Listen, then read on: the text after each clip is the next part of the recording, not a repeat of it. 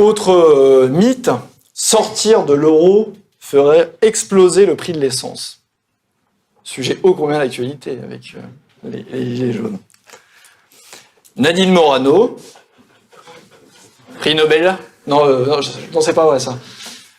Les Français comprennent que si on achète notre pétrole 30% plus cher, eh bien à la pompe, ils font payer leur litre d'essence 3 €. À l'époque, le litre d'essence valait à peu près 1 €, donc une augmentation de 30%, ça donne 3 €. Là aussi, Mme Morano devrait retourner en classe, ça tombe bien, on est limite dans une configuration de salle de classe, elle devrait retourner un petit peu faire des mathématiques, Mme Morano. Et elle est payée 154 000 € par an aux députés européens. La méritocratie. Même chose chez les jeunes socialistes, sortir de l'euro, dévaluation du franc de 30 à 60%, il n'y a aucune étude sérieuse qui donne ces chiffres, mais c'est pas grave. Et donc, on aurait une essence, qu'est-ce qu'ils nous disent, je l'ai pas de nom. Elle augmentera le prix, libellé en dollars, l'essence, voilà, augmentation du prix de l'essence. En gros, le sous-jacent, c'est exactement la même chose que pour la dette. Comme je dis, la dette, si ça te déprécie de 30%, hausse de la dette de 30%, là, c'est de dire, grosso modo, les jeunes socialistes qui disent, c'est si le franc se déprécie de 30%, votre prix à la pompe va augmenter de 30%. Sauf que, ce qu'ils oublient de dire, c'est que dans le prix à la pompe, le prix du litre brut, donc celui qui est importé et sur lequel s'applique la dépréciation monétaire, c'est que 30% du prix. 62% sont des taxes, et le reste, ce sont les marges de transport et marges de raffinage. Ça veut dire quoi? Ça veut dire que si on avait une dépréciation de 20%, qui est quand même une fourchette haute du franc, on aurait le gasoil qui passerait de 1,39 à 1,48, c'est une hausse de 9 centimes, et vous aurez l'essence qui passerait de 1,48 à 1,57, c'est une hausse là aussi de 9 centimes.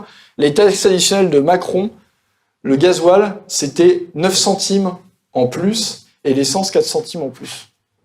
Donc ça équivaut à la taxe Macron, loin d'être l'apocalypse, et surtout, là encore, comme vous reprenez votre souveraineté, quand vous sortez de l'euro, vous pouvez baisser notamment la TICPE pour amortir et que le prix à la pompe ne coûte pas plus cher aux Français. Puisque la hausse, la fameuse dépréciation de 20% qui est une fourchette haute, n'est que sur 30% du prix à la pompe. Donc c'est complètement mensonger de dire que si votre devise se déprécie de 20%, vous allez avoir le prix à la pompe qui augmente de 20%. Là encore, mensonge et peur. Autre argument de la peur qui est de dire oui, de toute façon, on est dans une économie complètement interconnectée, dans nos exportations, il y a aussi des importations, et donc ça serait absolument neutre, la sortie de l'euro au niveau de nos exportations. Sauf qu'on a seulement 25% de produits importés dans nos exportations, c'est les chiffres de l'OCDE, et avec une dépréciation de 20%, il y aurait certes une hausse des coûts pour les 25% qui sont de produits importés dans nos exportations, mais il y aurait le gain sur les 75% restants à l'export, et donc ça vous fait un gain, avantage compétitif d'au moins 10 points. Donc c'est absolument faux de dire que vous n'allez pas avoir de bénéfices. Dépréciation de 20%, gain de 10 points. Concrètement, ça veut dire quoi? Ça veut dire que tous vos produits seront au minimum 10% moins chers à l'export.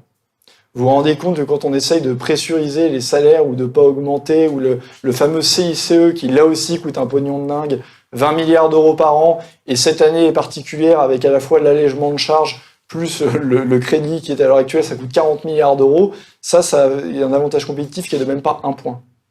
La sortie de l'euro, 10 points.